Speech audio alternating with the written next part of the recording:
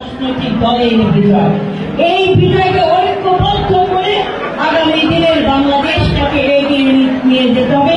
এটাই হোক আজকের রিয়াদের স্মরণ সভায় আমাদের সংকল্প।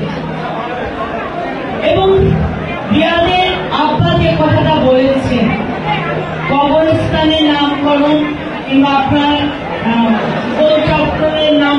চত্বরের নামকরণ অবশ্যই বাংলাদেশে যারা প্রেক্ষাপট পরিবর্তনের জন্য আত্মহুতি দিয়ে আমাদেরকে একটি স্বাধীন বাংলাদেশ দিয়েছে,